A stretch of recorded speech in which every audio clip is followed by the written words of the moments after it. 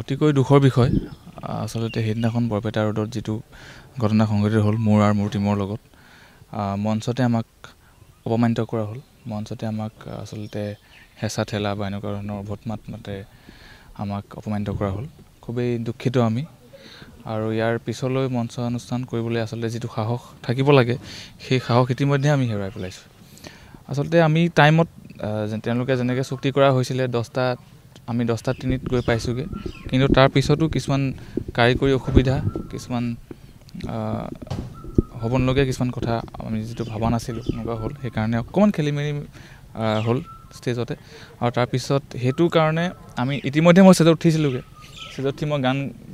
গাবলৈ লৈছোঁ আৰু বা এনেকুৱা হ'ব আৰু মই ষ্টেজতে আছোঁ তেনেকুৱাতে কমিটিৰ বহুতখিনি মানুহ আহি পেলাই বেজ পৰিধান কৰা মানুহ দেই তেওঁলোকে এতিয়া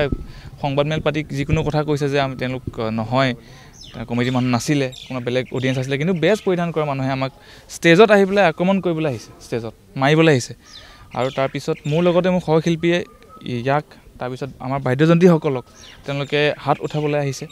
বহুত বেয়া গালি গালাজ কৰিছে ইতিমধ্যে আপোনালোকে যদি ভিডিঅ'টো দেখিছে আপোনালোকে দেখিব যে ভিডিঅ'টোত বহুত বেয়া শব্দৰে আমাক গালি পৰা হৈছে অশ্লীল ভাষাৰে আমাক গালি পাৰিছে কিছুমান কথাটো আমি বুজিও পোৱা নাই আৰু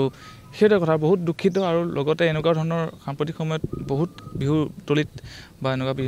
বিহু অনুষ্ঠানবিলাকত হৈ আছে এনেকুৱা যিটো মই ভাবোঁ বহুত দুৰ্ভাগ্যজনক আমাৰ শিল্পী সমাজৰ কাৰণে মাৰপিট মানে তেওঁলোকে সুস্থ মগজে অৱস্থাত নাছিল তেওঁলোক চাগে কাৰণ মই অলৰেডি মই ষ্টেজত বহি আছোঁ গান গাম তেওঁলোকে তাৰপিছত মোক আঙুলি টুৱাই মাৰিবলৈ আহিছে আৰু তেওঁক আমাৰ টিমৰ পৰা ৰাখিছে মানুহবিলাকে আৰু যদি নৰখা হ'লে মানে মোক গাত হাত উঠাই মোক এনেকৈ হাতত ধৰি পেলাই মঞ্চলৈ টানি নিয়া হৈছে মঞ্চত থকাৰ পিছতো মঞ্চৰ মানুহৰ আগত দৰ্শকৰ আগত মোক অপমানিত কৰা হৈছে বৰ্তমানলৈকে আমি তেনেকুৱা কথা আমি ভাবি আছোঁ কিন্তু বৰ্তমানলৈকে তেনেকুৱা ব্যৱস্থা আমি হাতত লোৱা নাই কিন্তু যি দেখিছোঁ আমি ল'বলৈ বাধ্য হ'ম এতিয়া